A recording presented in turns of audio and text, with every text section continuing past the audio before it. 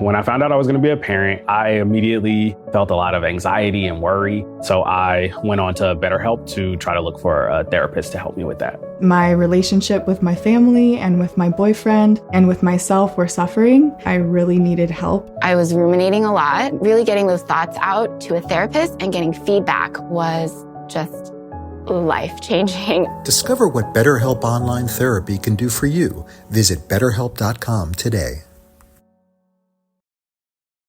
So record.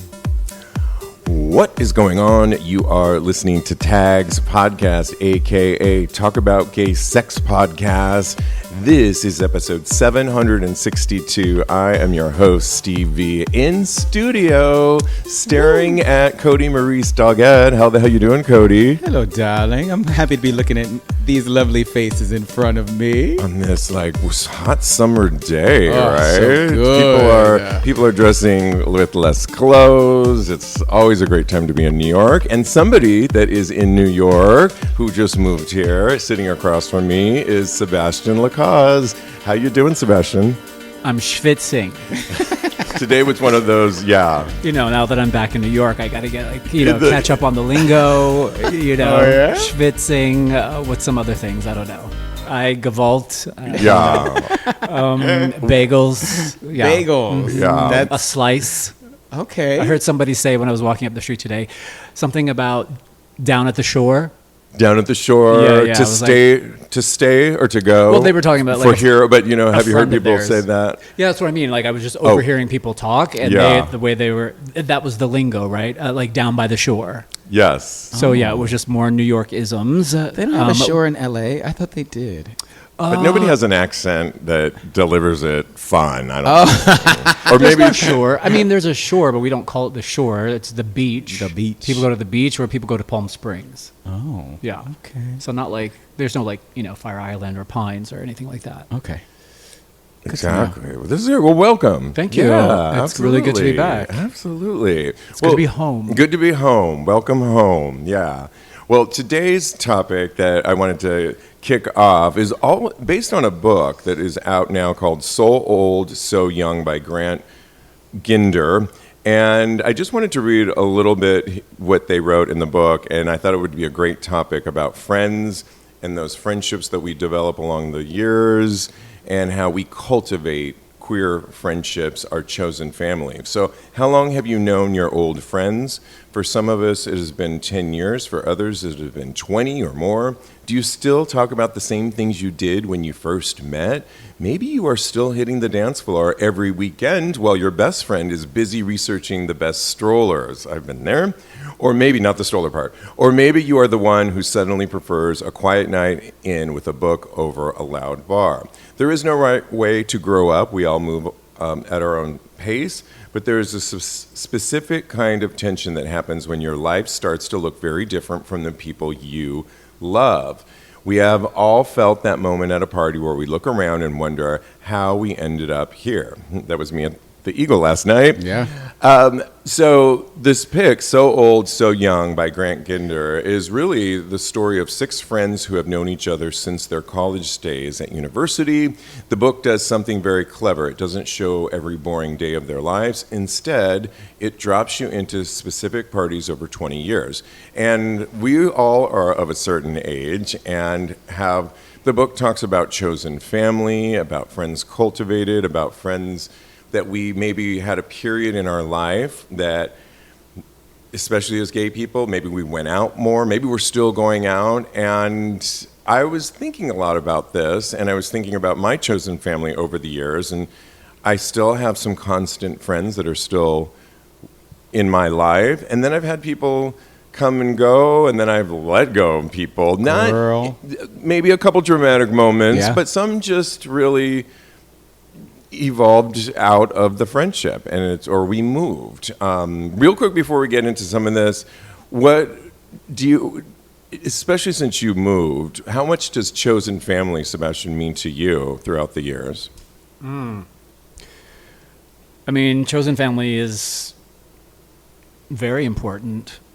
It's being queer. We have a very challenging different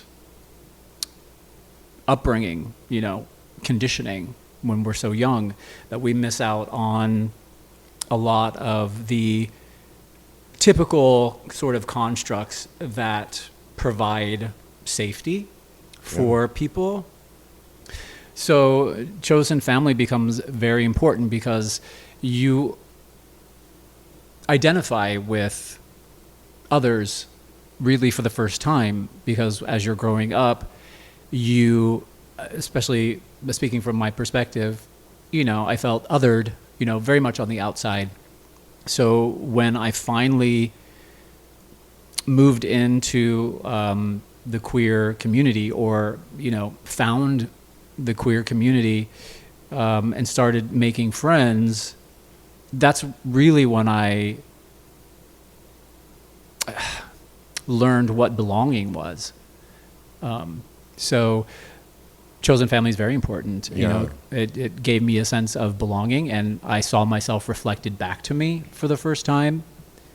And that's how you learn. It's where you learn to, deepen your relationships, your friendships. Yeah, I mean, for many of us, you don't come out early in life. I mean, you come out later in life. And for me, my family, I didn't come out till my mom, not even my dad, until actually I did it. I think you were sitting at the table in Los Angeles at our friend Frank's house, and I told my mom in front of my friend and you, Sebastian. I don't know if you remember that. But I basically told her, well, Mom, I'm gay, right?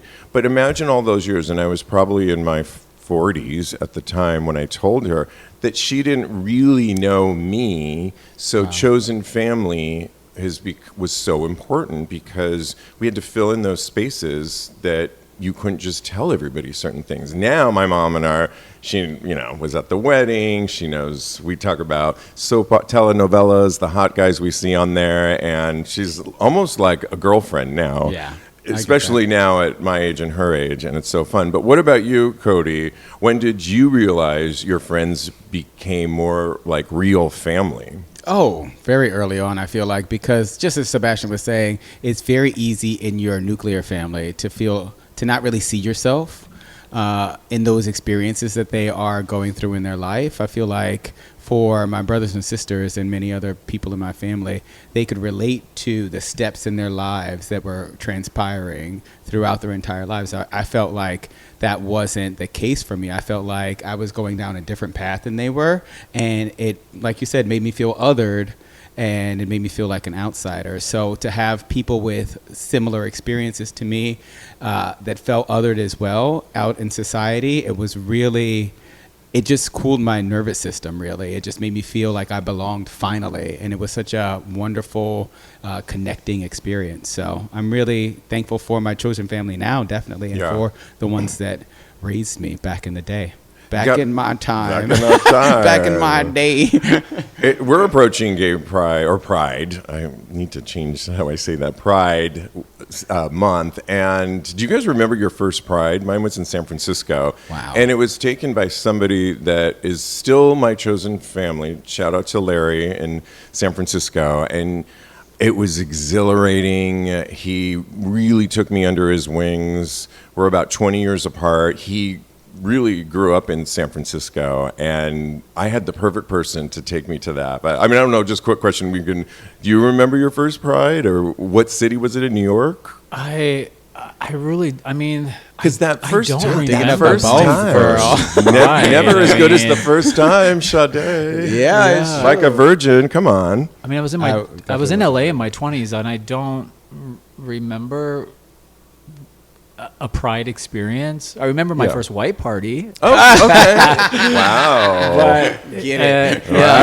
But I don't remember like first pride. I mean, I think the prides that are coming into my memory are when I was in a relationship, like my late 20s. Yeah. And like in New York. And maybe that's really when I started going to Pride. Well, you know what? It brings up a good question, because where we talk about chosen family, where did we meet some of these chosen family? Was it on the dance floor, at nightlife? Was it hookups?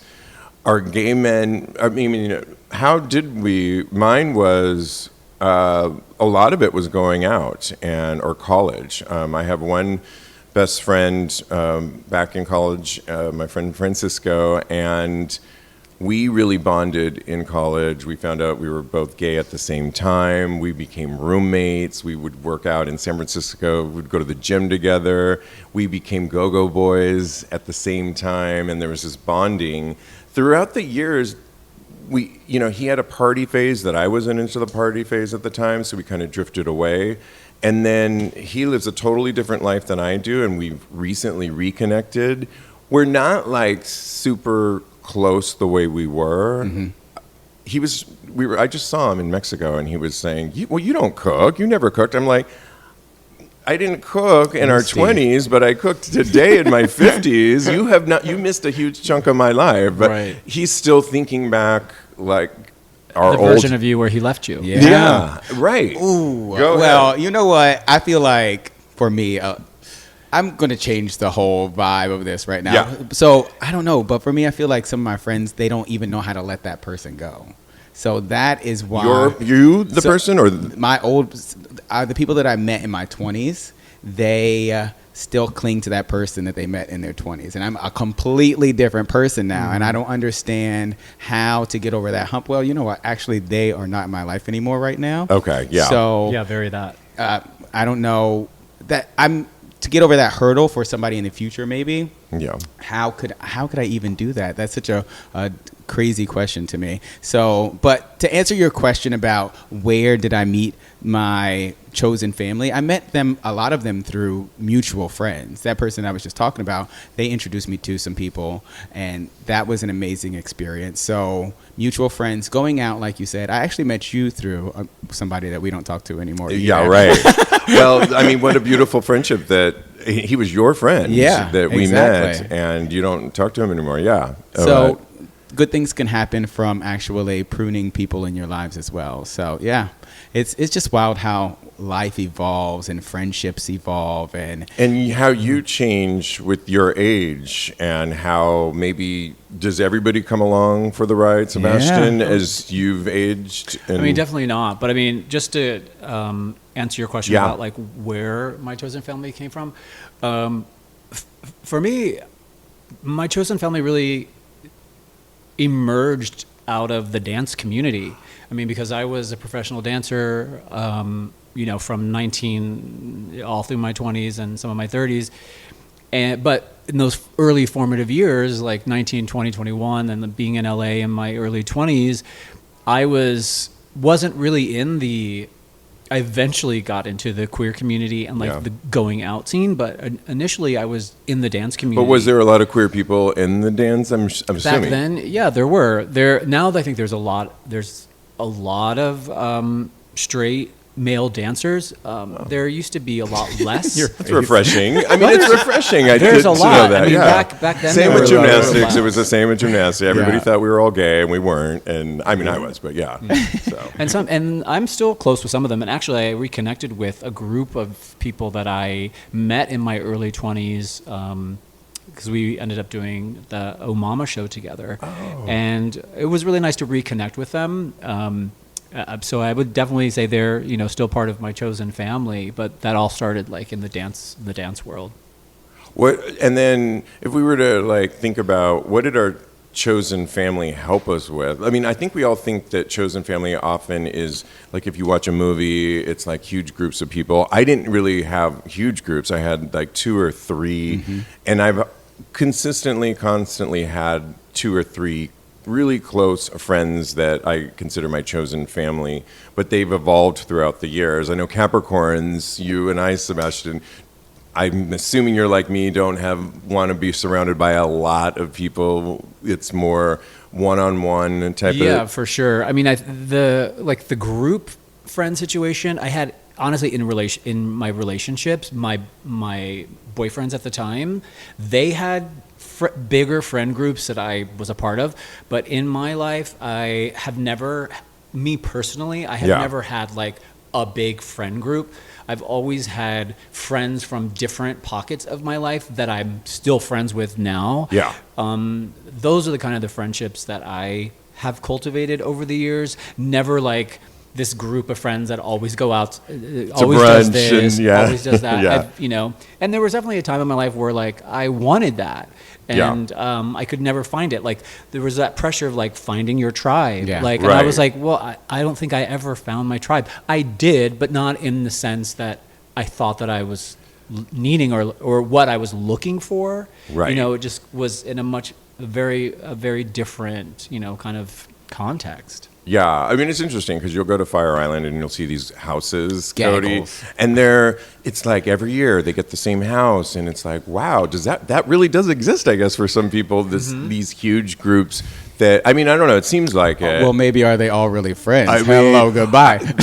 Well, and that brings up a lot of things. I mean, I've been privy to going to Fire Island before and staying, you know, being a guest and seeing, and there's a lot of cattiness amongst, like, I don't know that I have friends that I'm like bitchy to, but it's like, girl, please, like, you know, we hold each other accountable. But I don't know that I've seen like some really vicious behavior like amongst frenemies. friends, frenemies-ish, and I don't know that I like that I don't either. like that energy. I don't like to have somebody combative with me, or even to be like be in my face and smiling and then go behind my back and stab me in the back. sure, yeah. That's Well, not exactly. the energy I want from my friends. Like you guys were saying, I probably only had at the most maybe 5 people in my core friend group. I think Which is quite... Yeah, I think that's enough. That's too a many lot. for me to handle for sure. I think that's a lot. That's a huge group. Yeah, but again, as you evolve and as life goes on, I feel like that number has dwindled because, you know, different reasons. And, you know, sometimes you just lose that connection for people. So, that's the saying that says people are in your life for a reason, a season, or a lifetime. Time for healing. That's also yeah. that comes up all the time because Jan it's Levant true. Sons. It may be something that's out there in the zeitgeist that is like cliche, quote Yeah. unquote, but it's got some. I truth love to that it. saying Yeah. so much, and it's been relevant for me for years. I mean, especially, maybe not so much in my 50s. I feel like I have really good friends, and because many of us have lived in different cities. I lived San Francisco, LA, New York, so I have friends in all those 3. So I do actually have several friends, but they are all scattered, Mm-hmm. Yeah. and they move. And they're not even still there. So that's a whole thing. But we are a sex podcast. And I would be remiss if I didn't ask about, as queer people, gay men, many of us have met our friends. We've slept with friends or slept with people before. And then, that didn't really work out. But hey, you'd be a great person to hang out with. Let's talk a little bit about how sex has entered into our lives, Cody. Why can't Sebastian go first? Well, can I be really honest with you? Go. When I first met you, when we met through that friend, I was like, I We was never- thinking, no, we didn't, but I was Oh, thinking. you and him, not no, me and you and him. I was thinking. You thinking we want to sleep with At- me? In the very first days, I was in too those. late now. It's been years. Yes, way too late now. But I remember thinking, I'm so flattered. but You're it so just, handsome. it just kind of we went in a different direction. Yeah. But I was thinking about it. But I think that's always 2 men, gay. I mean, it can happen. You just made my night, girl. Thank you. You're welcome. I generally never really would sleep with my friends. So once I put you in that bracket, it's just hard for me to pull you out of it, basically. I think I've only slept with one person that I'm friends with. And I don't know how well that's going to go for me. I feel like sometimes and I'm going to be completely honest here, when you mix friendship with sex, then a lot of things get convoluted. I'm friends with a lot of acquaintances that I've had sex with, but like friends, I can only think of one person that I'm a friend with. And sometimes it's a little awkward because I feel like, am I supposed to do this? I really fall into boyfriend mode really quickly. Yeah, right. So I can think of 2 friends that I slept with? Well, no, that I in my recent years that I met. One's a neighbor in this building and was invited to the wedding. He couldn't make it. And we hang out now. We'll go to each other's apartment, including Diego. And then I can think of another one that came to our wedding that we had like one night we slept together, and it was fine, but he is such a friend of Diego's and mine now. He's our bar friend, and we have a plan this summer to go hiking. We want to go to this restaurant that we've been talking about, and it just, I mean, I don't think I'm thinking about it now, but it's not like I think he thinks, oh, I remember that time that I slept with Steve. Yeah. It's like, no, he's so happy for us. And can you say about sex and gays and? Yeah, I mean, I think, anytime there's gay men, like, Yeah. in a room, Right. breathing, existing, and they may be Fresh out of the gym. aesthetically pleasing Yeah. to one another.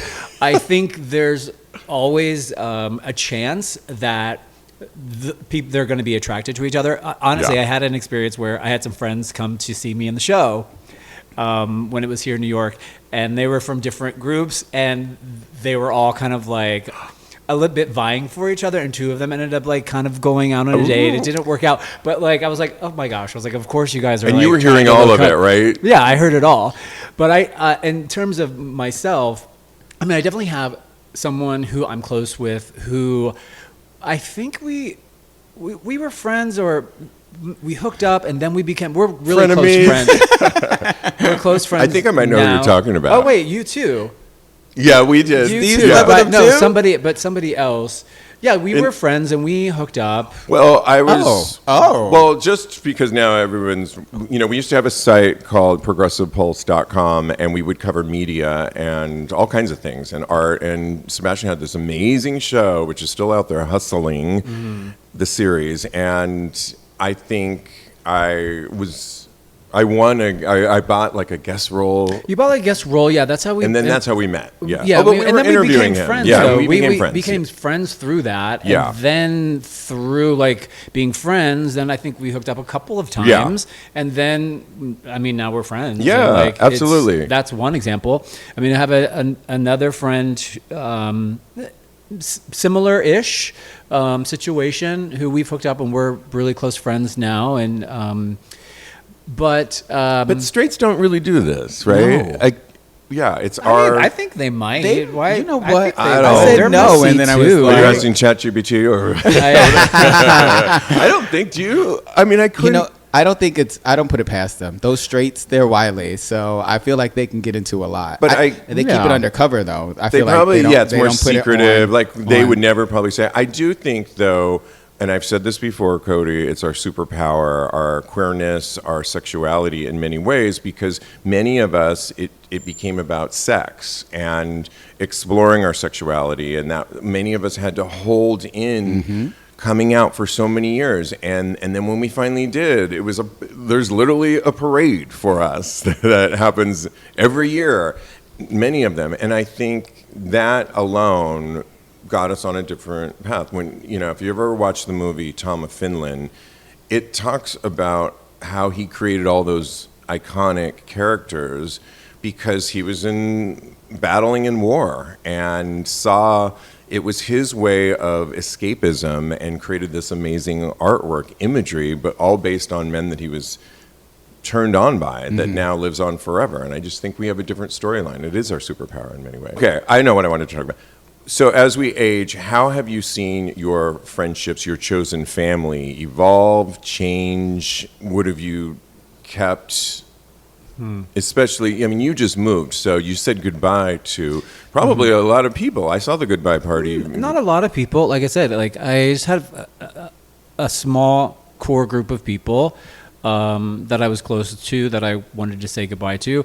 It's interesting because I've been single for like almost 7 years now, and I've been on a very kind of this internal journey for the last like 8+ years. So I have been in hermit mode a lot over these last 8 years. I've been working in nightlife, so I've been out, but like... So you see a lot of things. I see a lot of things, but as soon as I'm done working, I'm going home, and I'm not going out on my days off. Right. So I need I'm to learn how to do that. very much in isolation. It would be hard for me, too, if I worked in nightlife. Even to this day, it would be hard. Sorry, continue. Yeah, right. I was just very much in isolation and like solitude mode. So... and practicing, you've said on the show before... celibacy too, which as we all know, going out can get the men in the room can really, it was a choice, right? Yeah. So I don't know if I've, in terms of friendship and aging, I don't know if I have really noticed anything in those terms, because I'm like not like out in the streets per se, like in that with friends and aging and going out. But that doesn't mean I don't feel the effects of aging. Yeah. And I have my own journey and my own things that I'm going through with that.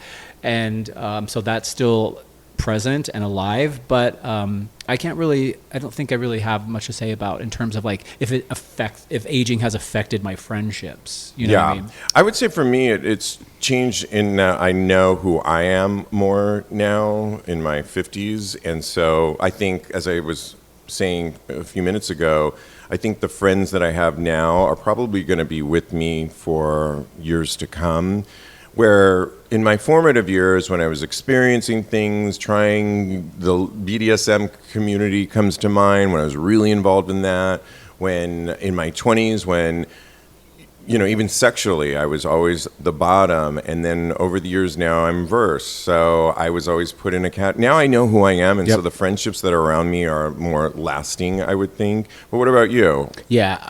So mine has changed dramatically. I feel like younger, I was a born people pleaser, which I feel is like the narrative for a lot of gay men, especially when they're younger, because when you feel othered, when you feel like you're ostracized, you do the most in order to please people. So that was my narrative, and that was my story in my early 20s. And I feel like I pushed what I wanted down a little bit. And now as I've come into myself and my own evolution of who I am as a person, I value myself more.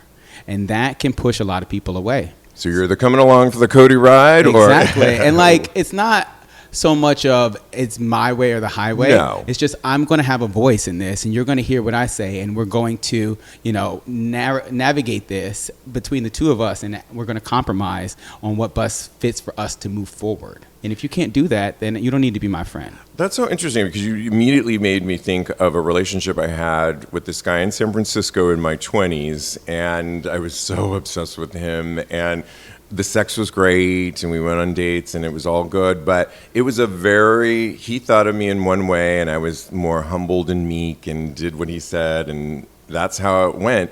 Then we regrouped in my 40s when I was going back home to San Francisco to visit my family, and we ignited it again. And I think he still thought of me as that, like he was kind of surprised at my viewpoints and things that I was doing. And I don't think he still wanted me to be that certain way. And it's why it didn't ultimately work. Because they can't let it go, girl. Yeah, I mean, I'm not that person anymore. Well, really, I think it's like it's up to you or me, the person, really to kind of let them know you're not the same person, because they haven't seen you, right? So their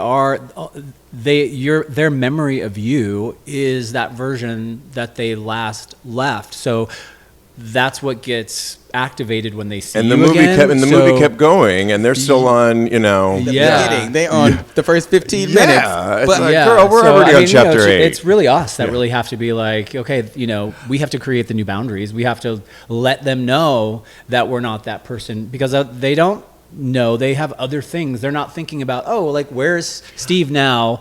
They can't process all of that. They know you from 20 years ago, so that's how they approach you. Yeah. But then through the new conversations, that's when you used to be like, that's not me anymore. Right. You know what I mean? It's like, well, hopefully they're good communication. Hopefully they're good listeners, Yeah. and when you are regrouping with them. I mean, I felt like I was having conversations with this former guy, and I don't know that he was really listening to how my life had, transformed over the last 30 years since I saw you, and But yeah, I mean, and it didn't work out. But I mean, it wasn't awful. It just didn't work out. Yeah. Well, because you can't force people. You can't. There's nothing you can do except be who you are now. Yeah. I guess, you know. And I acknowledge that, and I totally hear you. And that's probably Steve's story, but that was not my case. Basically, me and these two different people, we grew up together, and they still refuse to acknowledge to see me for who I am today.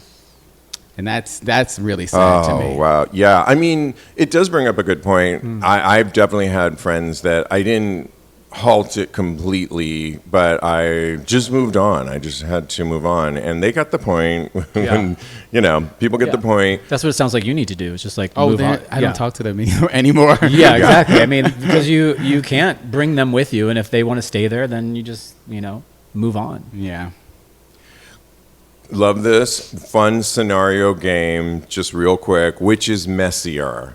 Your ex joins the vacation, your husband's ex joins the vacation, or your former threesome partner joins the vacation? With your husband there currently, or? Girl, I didn't say all that, but Well, what's the context? Are you in a relationship with your husband?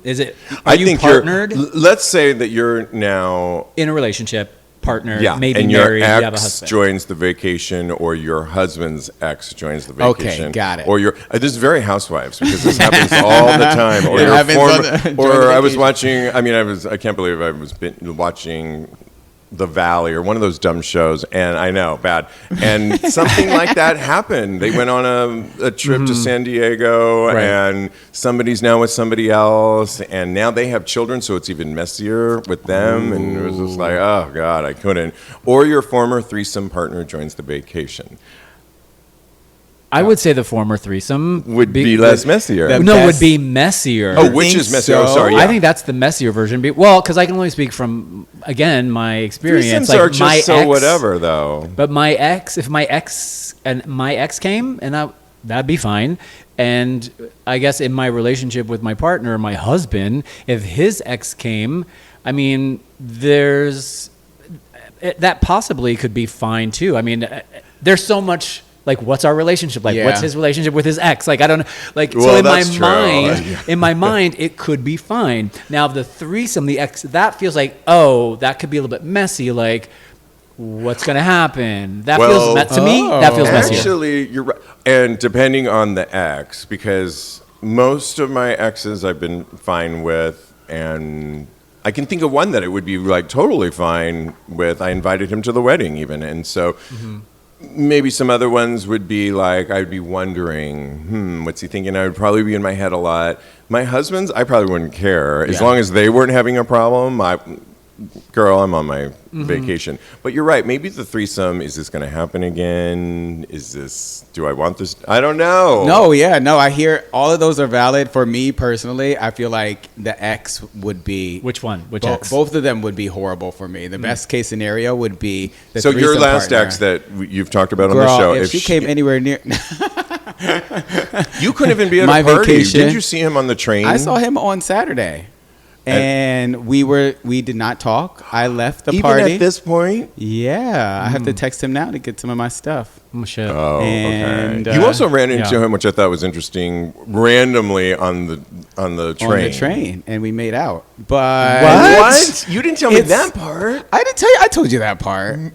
I just remember you ran into him. I told you that part. I know I told you What that part. time of night was Why would I this? tell you? We were coming home from clubs and bars, and he had McDonald's in his hand, so he was definitely had been drinking. Oh, right. So- I know that.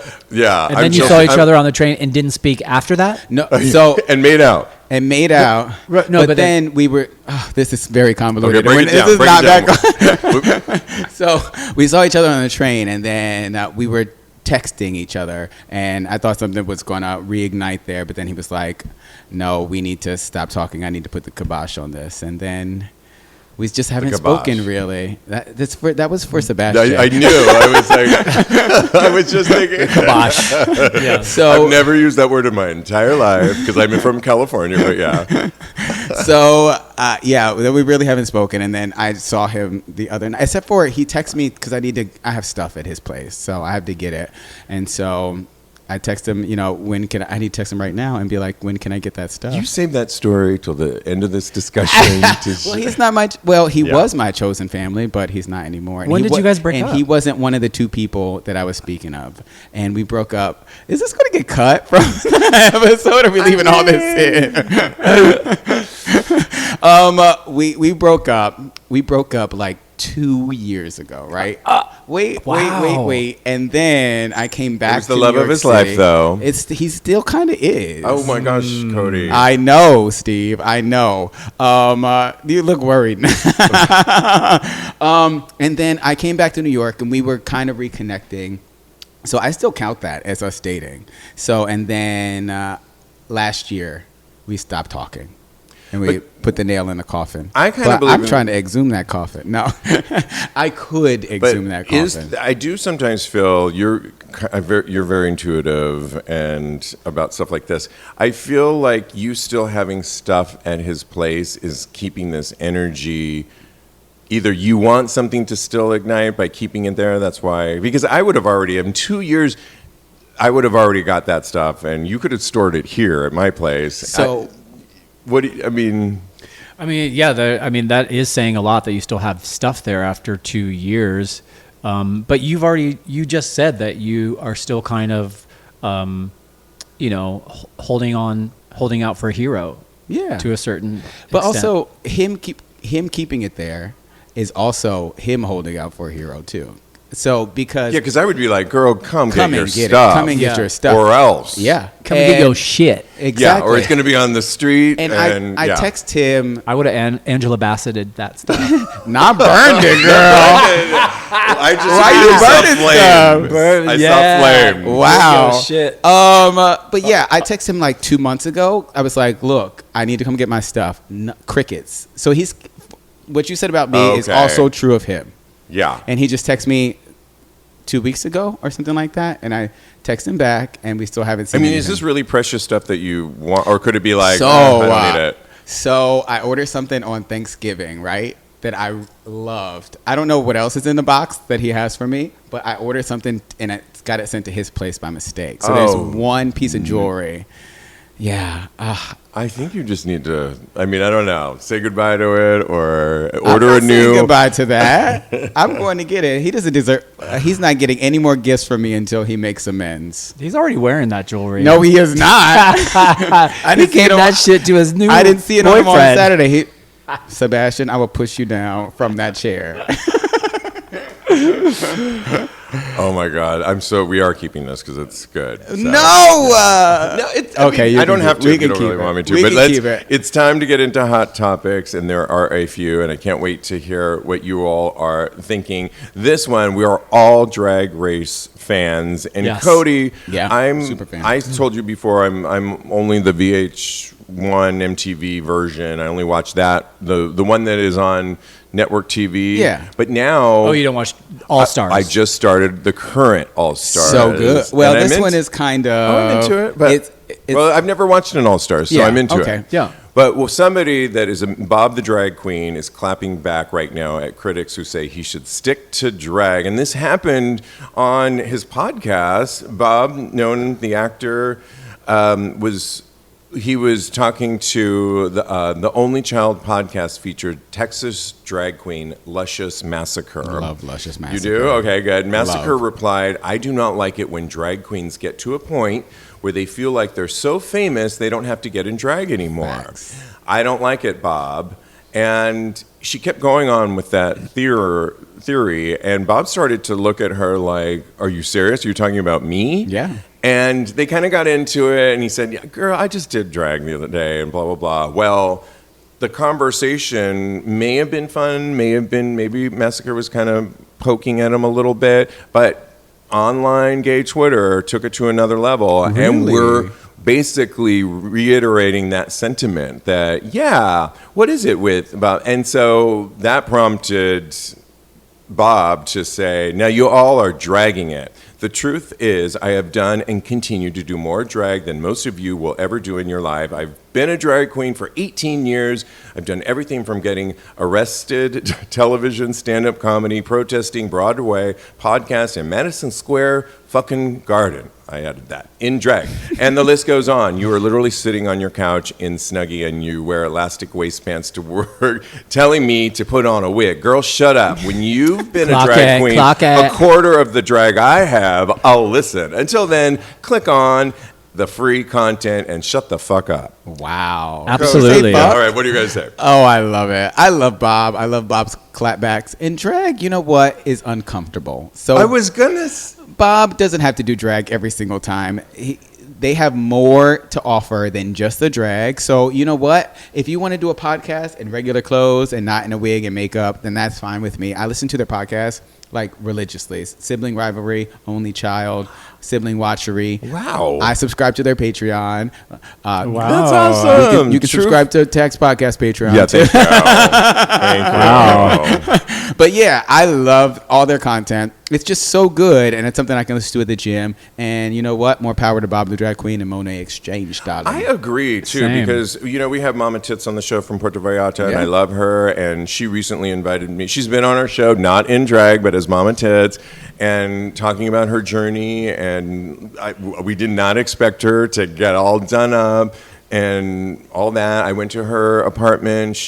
We smoked a joint together, which I don't even smoke joints, but Nice. and I got into a vibe with her, and it was really cool. But yeah, what do you say to this? Yeah, I think it's a ridiculous argument.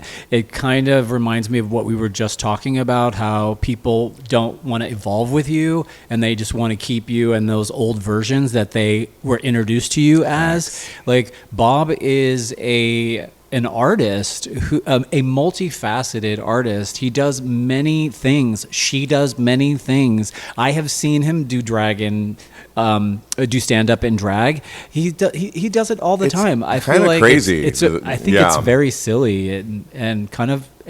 I mean, he didn't even have to explain himself to them, but I mean, it was fun that he did. But he doesn't owe anybody any explanation. I 100% agree. And somebody else that is somewhat clapping back is Heated Rivalry creator, who is a counterpunch to the cruelty of today's politics. Jacob Tierney will receive the Equality People of Color's inaugural Game Changer Award for Media Visionaries who changed the global view. And he's gone on record saying, we are living through an especially regressive moment, and I don't think it's unique to the United States. It's kind of a little bit everywhere, and I'm thrilled to have provided any kind of counterpunch to that nonsense, talking about Heated Rivalry. What do you say to, because it was the little show that could, but then became an international success, and those actors are they're on every red carpet, and it's really exciting. And season 2, what do you say to this as a counterpunch to maybe what is going on politically? Well, I think art in general is a counterpunch to. Thank you. You could just drop the mic. Yeah. Climate. I mean, that's art the is, purpose of it. Yeah. It's, and the fact that they're being recognized for that is great. And it was a moment we were, I think, collectively seeking for some relief, some kind of just fantasy. And that really provided that for, so many of us. But art is doing exactly what art is supposed to be doing. Yeah. In that sense. Provoke, give us inspiration. What do you say to it, Cody? Yes, I agree with all of that. Art is there to push society forward and in the correct direction, to be inclusive to all people.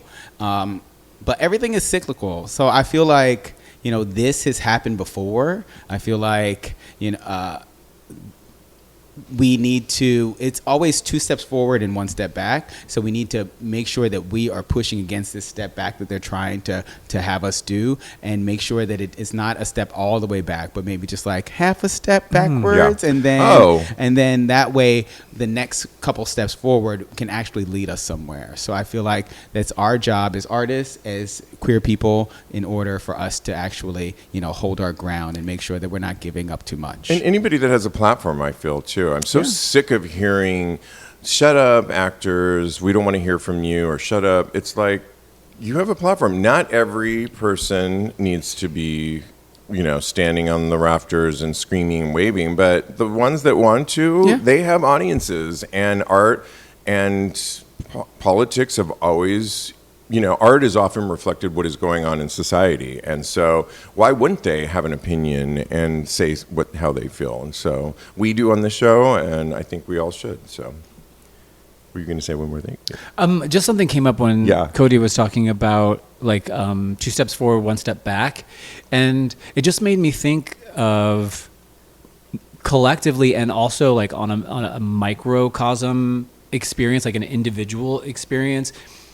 We, like, old pathways never die. So as we evolve our consciousness and become expanded, sometimes we get revisited by old stories.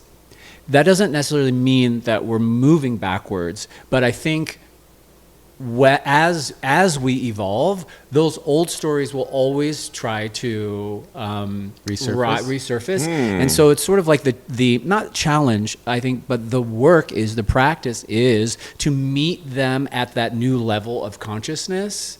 Instead of trying to shut it down and act like that's... we're here now, and that's coming up, and it's like, okay, I see you, I recognize you faster than I would before, right? Where maybe I might collapse into it and be like, oh my God, this is happening. Why is this happening to me? It's like, oh no, okay, I see you, but now I'm here, and now I know how to navigate through you a little bit differently. So I love that concept because it accepts it and brings it into the current space today, and how can we work with that instead of what we all try and do is like, shut up, go, I don't want to hear you, la, la, la. And it's like, no, it's here. And it's just reframing that language around like moving backwards. And that's just like from, my perspective of like, do we ever really move backwards? I mean, yes, of course we do. But when those things happen, it doesn't necessarily mean we're moving backwards. It means we're just meeting them from where we are now, and we can navigate it differently from our new perspective. I love that. We'll give your handle, of course, at the end of the show, because and I'm not even saying this, you really do give these talks, and I watch your reels, and often it's messages like this. So we will give that at the end of it. But it's time for advice, and today is no different from any other. This one comes from a Redditor who asked the question, is it possible to have so much casual sex that you lose hunger for a real relationship? This is interesting, and I'd be interested in hearing your thought. When they write, I've been single for a while and have been holding out until I find someone, but it's taking a while to find the right person. I am dying to have sex, laughing out loud. I want to get on the apps and hook up. Is this at odds with real dating? I guess I do have this fear that I'm going to lose the motivation to date deeper, or sex with my person won't be as good if I have been hooking up. Is he too much in his mind, Cody? I think so. That's what I immediately thought as I was reading this. Well, can't two things exist at once? Everybody's different. So I can't really speak for him, this person. Yeah. But for me personally, the connection that comes from casual sex will never be able to replace the connection that I have from, a sex with a partner or a relationship that I have. And honestly, me having casual sex now only makes me want a connection like that.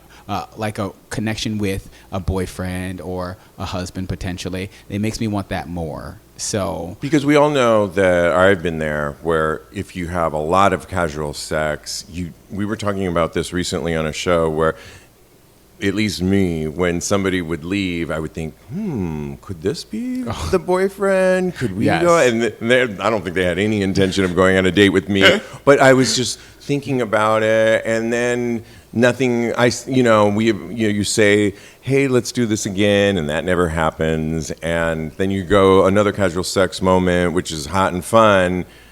But I do think you have to be right in your head. Like, just enjoy the casual sex, have fun, but then have another side of yourself that is looking for the dating too. And I do think they can coexist. What do you say to this?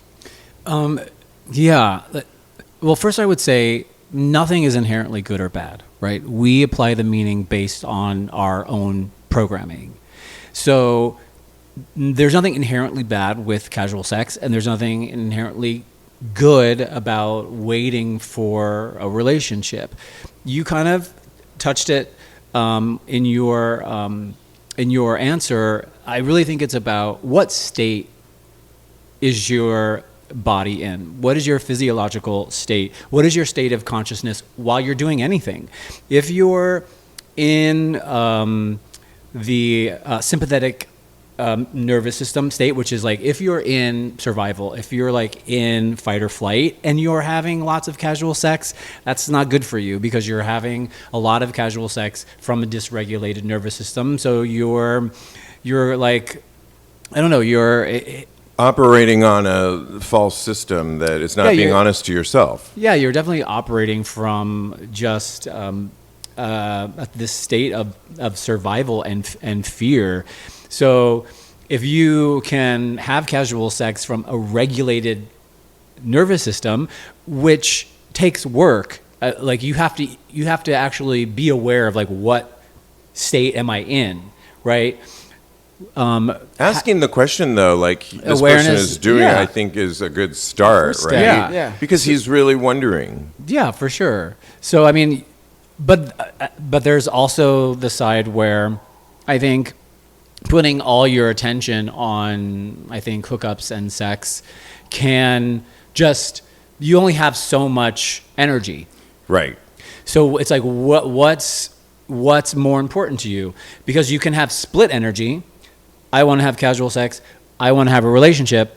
And they're both moving in opposite directions. So is that you're dividing yourself? Where is that getting you? Kind of like stuck in the middle. Yeah. So it's almost like shit or get off the pot. You know what I mean? Like, what do you want to do? Focus on the relationship, or finding that. And if you're gonna try to focus on a relationship, first of all, that's the wrong approach anyway. Yeah, it's really you like do things like I went to speed dating, and I did things that maybe would actually get me to meet somebody. Sure. But I was just saying, like, I would say, like, work on yourself. Yeah. Work on the relationship with yourself. Work on the connection with yourself, and then let life reorganize around that, because that's what's going to happen. But if you're not connected to yourself and you're trying to find connection externally, it's going to be harder, and it's probably not going to really happen. Or when you do have connection, it's not going to be sustainable because you're not connected to the source of who you are. Yeah. And I think you're right. This idea of focusing on a boyfriend, I did have a period where I thought, I'm not going to have as much sex. And I went to speed dating, and I started doing activities where I'd meet. And I went on some dates. Nothing really came to fruition. And then I became a little bit disheartened by the whole time period that I spent on that, because it didn't produce anything. And then out of the blue, when I just went back to just being me and working on me, to your point, I met Diego, and then the rest of the story. And so it just happened, but it wasn't like that time that I really was pushing and focusing on it. Well, you let it go. I released start it, focusing on other things. And I focused on me and the person that but also I think that there's something to be said for like working on yourself, but staying open still. Oh yeah, for sure. Yeah. Okay. I just want to make sure that's get that in there. Yeah. Oh my god. Well, I don't think working on yourself is necessarily being closed off. I mean, again, I think it depends on the individual, I guess. But there's also, I think, a time and a place for all of that. I mean, you can be working on yourself and not really ready to be in that place, to be open. And I wouldn't say you're closed, but maybe your focus is just, on this particular, on yourself, the connection with yourself. But yes, I think there is this awareness of like, okay, I am opening up my energy for something to come in. But your legs are closed. Got it. No.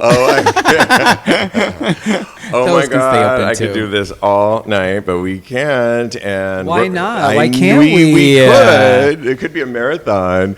But we're live on Wednesday, Cody, with Tags Live at 6 p.m. Pacific, 9 p.m. Eastern Time. Get the link on tagspodcast.com. You can always follow my co-host. You can follow Cody. He has an EP out, a brand new music video, Proof of Love. Follow him at Mr. Maurice on Instagram and Blue Sky. Yep. Anything else you want to plug? My butthole. Your That's butthole. Okay, yeah. We'll spread those legs.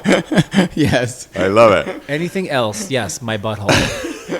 That was last night, girl, for me. But yeah. For you. Follow Sebastian, because really, you do give some really good talks that thanks. I really take the time. I have two people, Mom and Tits and you, where I actually sit and listen to these because they're really nice. good. Thank you. Follow you at Lacause_I am on Instagram, and Lacause is LACAUSE, like because, except with an LA. Lacause_I am. And real quick, plug that where I got that amazing sweatshirt and Oh yes, my merch, Yeah. my merch shop, which is theportalisyou.com. great. And I have a new Substack that launches today when this drops at Tags Podcast, and it's going to be weekly posts that are. You're going to learn a little bit more about where I'm coming from and my years of doing this show and a new perspective and storytelling. Nice, it's really nice. fun. And then there'll be some tiers that you can get the deeper, darker, fun side that will hopefully get you to think. I'm really excited about it. The first one drops tomorrow. It's Substack at Tags Podcast, and it'll be every week. Coming out new material, and I'm really excited about it. Or follow me, I am_Stevie on Instagram. And in the meantime, continue having hot gay sex.